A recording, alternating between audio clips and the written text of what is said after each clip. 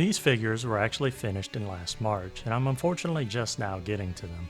Between some weather damage to my property, getting a new position in my place of employment, and now spending a ton of time maintaining our pastures, I'm pretty far from where I wanted to be.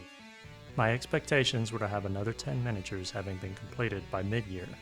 I can still get caught up, and in the next couple of months I will start using my PTO to hopefully get where I want to be.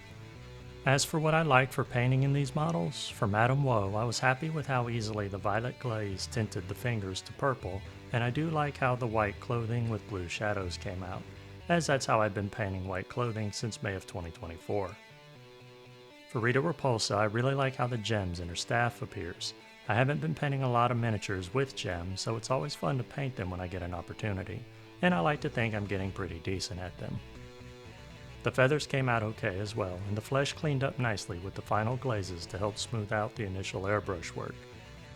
Rita's eyes, despite being a 48mm scale figure, were surprisingly difficult due to how narrow they were, and no, this isn't a joke at her being Asian. I myself am Asian.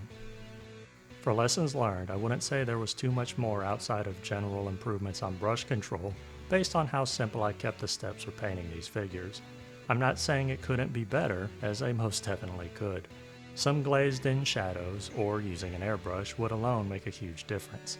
The two main things that stand out are Madame Woe's hair, where the shadows and highlight could have had more contrast, and also Rita's feathers, which could have had finer lines, along with some glazing for some shade depth. Her robes could definitely stand more stronger shadows as well. And that'll bring this video to its end. I hope you learned something or inspired to escape your own intergalactic rubbish bin on the moon after 10,000 years prior to you conquering the Earth.